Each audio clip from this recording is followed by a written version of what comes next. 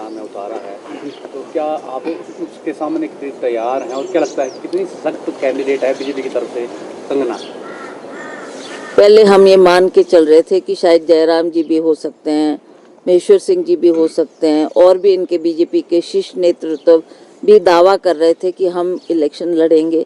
पर आखिरी मोमेंट में ये जो नाम आया, ये सभी को इसकी हैरानी भी हुई और कई लोगों को ये डाइजेस्ट भी नहीं हो रहा था कि जी हम इतने सालों से पार्टी का काम कर रहे हैं, आप ऊपर से किसी नेता को हमारे ऊपर थोप रहे हैं।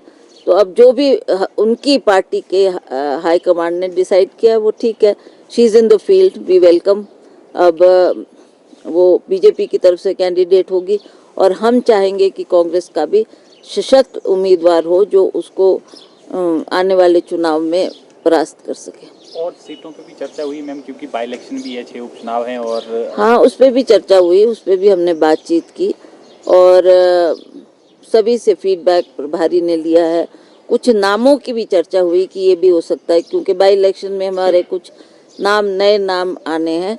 वो उन्होंने कहा कि हम डिटेल्ड रिपोर्ट एक दफ़ा जानकारी हासिल कर ले, इस पे जल्दबाजी ना करें, थोड़ा टाइम दिया जाए और हम सोच विचार के उन कैंडिडेट्स को फील्ड में उतारेंगे जो कांग्रेस की तरफ से सबसे मजबूत कैंडिडेट है। मैम सूचना है कि कुछ बड़े नेता भाजपा के जो है वो कांग्रेस में शामिल हो सकते हैं और कल चंडीगढ़ में जो है वो चर्चाएं भी हुई है।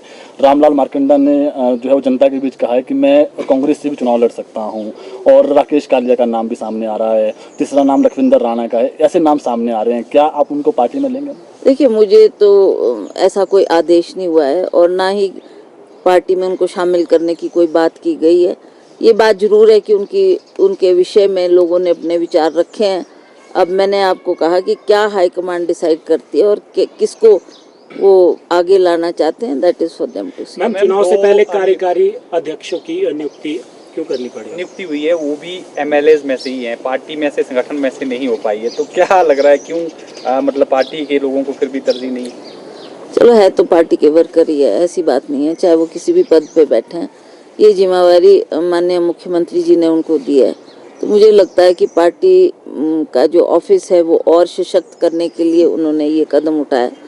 तो इसमें हमारा पूरा सहयोग उनके साथ रहेगा, हम मिलजुल के काम करेंगे। मैम, क्या मान के चलें, भाजपा ने अपनी प्रत्याशी उतार दी और शुरू भी कर दिया उन्होंने कैंपेन अपना, जो 4 टिकटें हैं कब तक फाइनल हो जाए, कितना समय? मोस्ट प्रॉब्ली बहुत जल्दी, मतलब 1 हफ्ते तक मैं कह सकती हूँ कि they will decide and high command उस पर फैसला लेगी।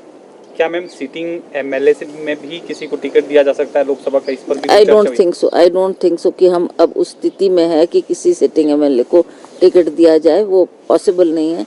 तो इसीलिए कुछ ऐसे चेहरों की तलाश है जो पार्टी के सक्रिय कार्यकर्ता हो और जिनकी पहचान फील्ड में हो और जो अच्छा रिजल्ट दे पाए, तो उन चेहरों को लाया जाएगा। बीजेपी अभी भी